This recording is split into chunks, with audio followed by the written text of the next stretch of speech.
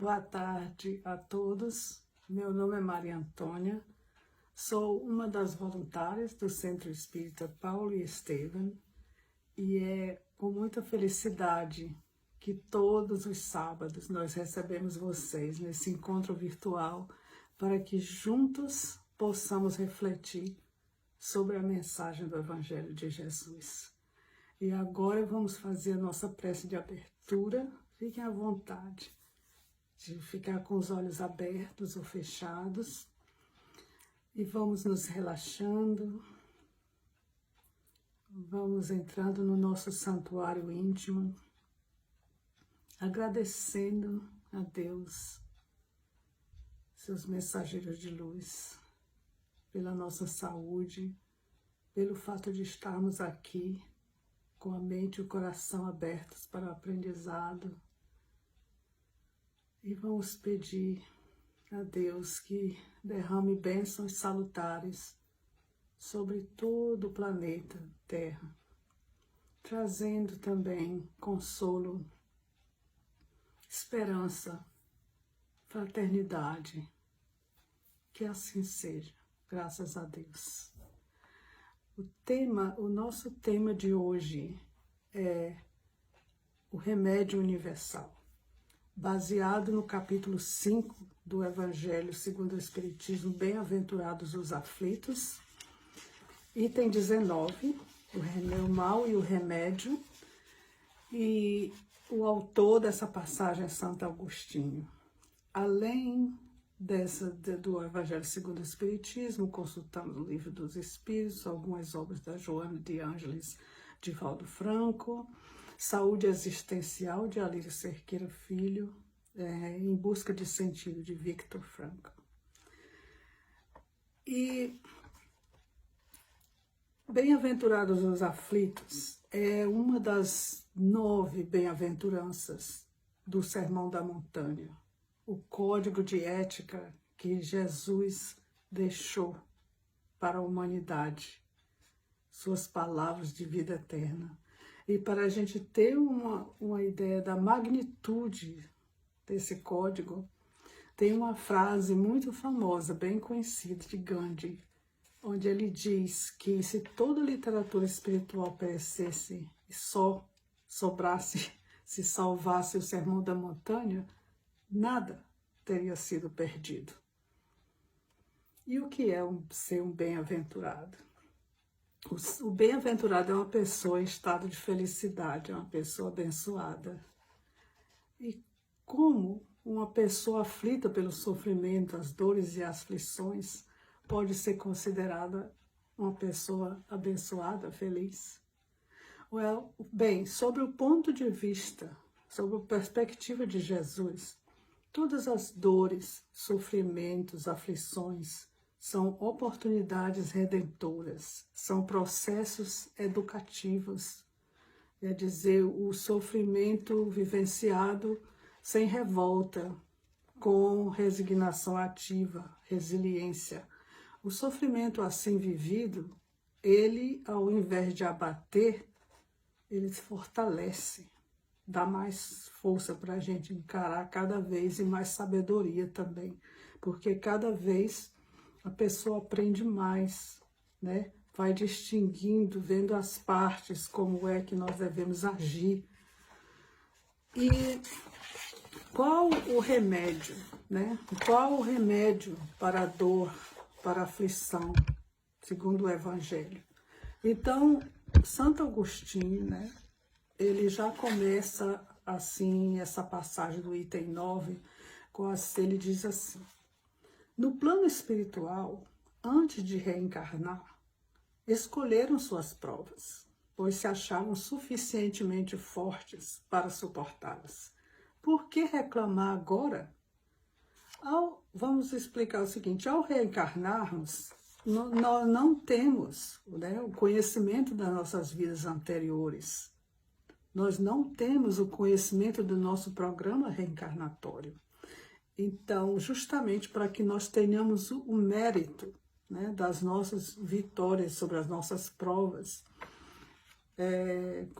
então Mas uma coisa interessante que Santo Agostinho diz é que nós nos considerarmos suficientemente fortes para encarar essas provas e vencê-las. Bom, então, nós somos fortes. Essa força está em nós. Daí a importância da gente trabalhar na nossa autoconscientização, no nosso autoconhecimento, para ter o acesso a essa nossa essência divina, nossa comunhão com Deus e acessar todo esse manancial de força que vai nos ajudar nesses momentos críticos da nossa vida, né? Porque nós vamos achar, nós sabíamos antes de reencarnar que tínhamos essa força e temos. E continuando aí na passagem de Santo Agostinho, sobre o mau remédio, aí ele diz: que remédio receitar aos que são atacados de obsessões cruéis e males dolorosos? Aí vou ler. Um só é infalível, a fé, ou seja, a confiança em Deus. Ele diz: se nas horas de maior sofrimento chamarem pelo Senhor, o anjo de guarda de cada um mostrará o caminho correto a seguir, para que possam encontrar a salvação e o lugar para onde irão. A fé é o melhor remédio para o sofrimento. Portanto, não perguntem qual é o remédio para curar tal doença, tal tentação ou tal prova. Lembrem-se, pois, que aquele que crê é forte pela firmeza da fé, e aquele que duvida por um segundo da sua eficácia é punido pelas angústias da aflição. As aflições próprias, né? Porque Deus não pune. Aqui também Santo Agostinho não está falando daquela fé cega, daquela fé passiva que só ora e espera que caia do céu, né? E caia de bandeja. Não, essa fé, a fé, para começar, é um sentimento inato no ser humano, mas ela precisa ser ativada, cultivada, né? E o primeiro caminho são os cultivos dos pensamentos bons, sentimentos bons, ação no bem, né? E pensar como tendo como referencial o mandamento maior de Jesus, amar ao próximo, amar a Deus sobre todas as coisas e ao próximo como a si mesmo, e a sua regra áurea, que faria o mundo uma outra coisa, se todos seguissem. Não fazer ao próximo o que gostariam que fizessem a nós. E a Joana de Ângeles, né, ela tem essa frase sobre a fé, né, dizendo que a fé que não produz é semelhante a lâmpadas aparatosa, a lâmpada aparatosa que não esparze claridade, é inútil. Então é como se a gente fosse aquele candelabro lindo, né, mas não tendo quase luz, né. E agora passando para um outro remédio, também eficaz, vindo de Jesus, o médico das almas, né? Ele diz assim, sempre receitou bom ânimo, né? E está no Evangelho de João, que ele diz: no mundo tereis aflições, mas tendes bom ânimo, eu venci o mundo. Então, quando Jesus nos diz que no mundo teremos aflições, ele está nos relembrando que nós vivemos num mundo de provas e expiações. Então, as dores, o sofrimento, todas essas coisas são inerentes a este mundo e que nós estamos em processo de depuração. Mas que neste processo nós tenhamos bom ânimo sempre e que a fé, ela é uma alavanca para fazer a gente ter o bom ânimo, né? Acionar o bom ânimo. Uma outra ferramenta de superação assim extraordinária, né? Que é o roteiro de vida que o espírito Abigail passou para Paulo, apóstolo, né? Isso está no livro Paulo e Estevão, né? Parte 2, capítulo 3, lutas e humilhações. Então, é o seguinte, Paulo não fazia muito tempo que ele tinha se convertido, ainda estava naquela fase. Antes de tudo, eu quero dizer, Abigail e Estevão são dois personagens importantíssimos na vida de Paulo, inclusive eles sofreram muito em razão disso, né? Mas eles se tornaram, de certa forma, os anjos guardiães de Paulo na sua nova trajetória, né? Do novo Paulo, porque Estevão, inclusive, foi o primeiro mártir do cristianismo, e Abigail foi a ex-noiva, né, de Paulo quando ele era Saulo. Então Paulo está passando por essa imensa provação, né? Ele está se sentindo só, abandonado, desprezado, porque ele foi procurar o pai, que simplesmente renegou, desprezou, humilhou. Os amigos que ele pensava que iriam entendê-lo, acolhê-lo, não, também o desprezaram, né? E os novos amigos que ele deveria ter, que eram os apóstolos de Jesus, ainda estavam meio ressabiados, porque como é que eles podiam acreditar, né? Porque Paulo foi o perseguidor, o ferrenho dos cristãos, e de repente aparece aquela nova pessoa, quer dizer, eles deram ajuda, mas eles ficaram meio assim, né? Então, quando Paulo lá está dormindo, vem o espírito de Abigail e Estevão, e eles lhes dão aquela injeção de bom ânimo, mas especialmente Abigail, nesse roteiro de vida que ela fala em 4 palavras poderosas. Ela responde às perguntas de Paulo, e nisso vem o roteiro de vida, que realmente ele ficou, isso serviu para ele para o resto da vida, e também uma grande inspiração para nós todos, né? Aqui está o diálogo deles. Aí Paulo pergunta, né? Que fazer para adquirir a compreensão perfeita dos desígnios do Cristo? E Abigail responde, ama. Na segunda pergunta ele diz, como fazer para que a alma alcance tão elevada expressão de esforço com Jesus Cristo? Abigail responde, trabalha. A terceira pergunta, que providência adotar contra o desânimo destruidor? Ela diz, espera. E Paulo, a última pergunta, como conciliar as grandiosas lições do Evangelho com a indiferença dos homens? Ela disse, perdoa. Então, 4 palavras, né, que nunca são demais para a gente refletir sobre elas. Vamos começar com o amor, né? O amor é a base do ensinamento de Jesus. Ele foi o próprio amor encarnado que desceu aqui na Terra. E gosto dessa frase de Joana de Anjos no seu livro O Homem Integral. Ela diz, o amor é o antídoto mais eficaz contra quaisquer males. É o mais poderoso vínculo com a causa geradora da vida. Quer dizer, Deus, né? A causa primária de todas as coisas. E Jesus mesmo disse que o amor é o único caminho que vai nos levar ao Pai. O trabalho. Segundo os espíritos benfeitores no livro dos Espíritos, né? Eles dizem que qualquer ocupação útil é trabalho. Então, trabalho não é só o trabalho remunerado, o trabalho voluntário. É qualquer ocupação física, intelectual, emocional, espiritual, mental, que nos edifique. Este é considerado trabalho. Saber esperar. Neste item, há um grande aprendizado para o apóstolo. E para nós também, claro, né? Mas o que acontece é o seguinte, que o apóstolo Paulo era um homem assim de muita ação, resultado imediato, muito altivo, né, arrogante. Então ele teve que aprender paciência e humildade. Então, nesse item, saber esperar, né, é que, além de aprender a paciência e a humildade, nós temos que sempre ter essa ideia de que nós estamos em parceria com Deus. Então, nós temos que fazer a nossa parte seguindo aquele princípio, ajuda-te e o céu te ajudará. Né? Fazer a nossa parte e aguardar, nem com assim passividade, nem com ansiedade, mas simplesmente com confiança em Deus e nos seus mensageiros de luz. Perdoar.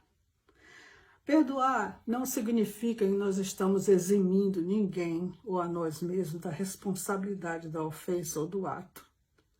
mas nós estamos nos libertando, nós estamos cessando a negatividade das toxinas, né? Da mágoa, do ressentimento, de tudo aquilo que envenena o nosso corpo e nossa alma. Nós estamos abrindo espaço no nosso coração para focar no que realmente importa. E isso é o que vai diminuir o nosso fardo, né? O fardo que nós possivelmente carregamos. Eu sei que eu carrego. O ideal é que aprendamos com o anjo Gabriel, que ele diz: melhor do que ter que pedir perdão é não se sentir ofendido. Agora tem um outro grande exemplo, né, de superação, uma vida extraordinária, que é do psiquiatra, né, Viktor Frankl, que ele viveu os horrores dos campos nazistas, 4 campos nazistas, e ele sobreviveu. Então, no seu livro, Em Busca de Sentido, né, Viktor Frankl, ele diz que ter uma razão para viver, um porquê para viver, dar um sentido à vida é fundamental, faz uma enorme diferença na superação, né, no enfrentamento dos sofrimentos, mesmo os mais horrendos. E o que é que está abaixo disso tudo? Está embaixo a fé. Só que a pessoa não dá esse nome, né? E no Age, eu destaquei uma frase que muita gente conhece, assim, né? Que já ouviu, talvez, infelizmente, né? Que as pessoas, ele diz, no auge do desespero, algumas pessoas reagem ao sofrimento, né? Dizendo a seguinte frase: não tenho mais nada a esperar da vida. E Viktor Frankl aconselha: precisamos aprender e também ensinar às pessoas em desespero que, a rigor, nunca e jamais importa o que nós ainda temos a esperar da vida, mas sim, exclusivamente, o que a vida espera de nós. Muito profundo, uma coisa que só isso aqui já era uma palestra inteira. O próprio Viktor Frankl, né, que depois que terminou a guerra, que ele voltou do campo de concentração, ele descobriu que toda a família dele, né, ele perdeu toda a família dele nos campos nazistas, né. E entre nos seus escritos, na sua literatura, o que eu pude ver aqui, ele diz que o seu propósito de vida nesse mundo não seria outro além de ajudar os demais a encontrar o próprio sentido da vida, o seu sentido da vida, encontrar o seu próprio caminho. E que este objetivo seria realizado partindo de 3 pontos específicos, né? Trabalhar com motivação. Lembra que o trabalho pode ser o trabalho remunerado, o trabalho voluntário e qualquer ocupação útil que nos edifique. E então, o segundo objetivo, né? Viver no amor, viver no amor. Olha que coisa mais linda, né? A pessoa viver no amor, quer dizer, no caso, o amor ao próximo, o amor a si. Eu não digo a Deus porque eu não acho que, não sei se é válido aqui nesse caso. Ter coragem em todos os momentos para enfrentar as adversidades. É um exemplo de vida extraordinário, né? Muito inspirador. E também ver que a nossa dimensão espiritual, a dimensão espiritual nos une a todos, né? Independente de crenças, né? Da pessoa crer ou não crer, porque somos todos, mesmo que a pessoa não saiba, né? Somos todos seres espirituais, vivendo uma experiência corpórea, aqui na Terra, no caso.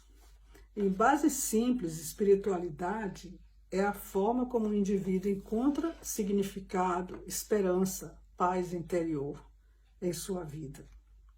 Então, como eu disse antes, em tudo isso a gente pode ver a presença da fé, né? Em qualquer forma que ela se apresente. O remédio universal que Santo Agostinho nos receitou, né? Para encararmos as adversidades, os males, sejam físicos, espirituais, né, emocionais. E eu sempre gosto de também achar uma parte da ciência, né? Então, quando a ciência admite essa parte espiritual, eu achei esse artigo, eu nem usei o artigo todo, porque ele tem muitas pesquisas, muitos experimentos mostrando com detalhes. Eu só destaquei, né? Isso foi do Correio Brasiliense, no item Ciência e Fé. Estudos sinalizam que a fé pode, sim, ajudar a superar doenças. Eu acho que isso todo mundo já tem ideia disso, já viu em alguma parte, alguma coisa, mas nunca é demais repetir, né? Então, esse relato do médico pneumologista Blanca Torres, da Universidade Federal de Pernambuco, e ele escreveu o livro Doença, Fé e Esperança. Olha que lindo. Afirmando que o paciente que tem fé incorpora em si a certeza da recuperação, aumentando a imunidade e as chances de resposta positiva ao tratamento. E também diz, né, que não importa a crença do paciente. Olha aí a espiritualidade, seres espirituais, né, que nós somos. Não importa a crença ou até não crença do paciente. O fundamental é que a pessoa se fortaleça em algo que a coloque em posição superior para lutar pela vida. A força interior da pessoa promove a resistência do organismo. Porque nós realmente temos em nós imensa força, né? E o que a gente tem que fazer, conforme falamos antes, é sempre a autoconscientização, a autoconhecimento, tentar acessar a nossa essência divina. É onde que a gente encontra Deus dentro de nós. É onde Deus nos ouve, né? E nós o ouvimos também. Então, voltando aqui para o remédio universal, né, de Santo Agostinho, da fé, que nós devemos usar em doses diárias em todos os momentos da nossa vida, não somente nos momentos de aflição, né? Porque essa história de lembrar, de pedir socorro, só na hora da aflição, quer dizer, a pessoa vai ouvindo, mas o bom é a pessoa viver em estado de gratidão, né? A pessoa fazer esse tipo de ter esse compromisso diário, né? Esse diálogo, essa comunhão com Deus e seus mensageiros de luz, não só na hora do sufoco, mas sempre. Se a gente colocar, embora tenha se falado muito nessa gratidão, mas realmente é fundamental, porque aí nós estamos sempre acreditando. Tem hora que nós estamos sendo ajudados e nem sabemos, né? Então, que a fé, o amor e a caridade, que sejam a base de sustentação da nossa vida, né? A nossa bússola diária. E que mantendo sempre acesa a fé e forte a fé em Deus, em nós mesmos e na vida, né?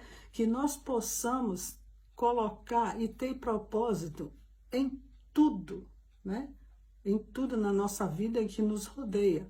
Afinal de contas, nós temos uma grande responsabilidade quando nós somos co-criadores na obra do universo, né?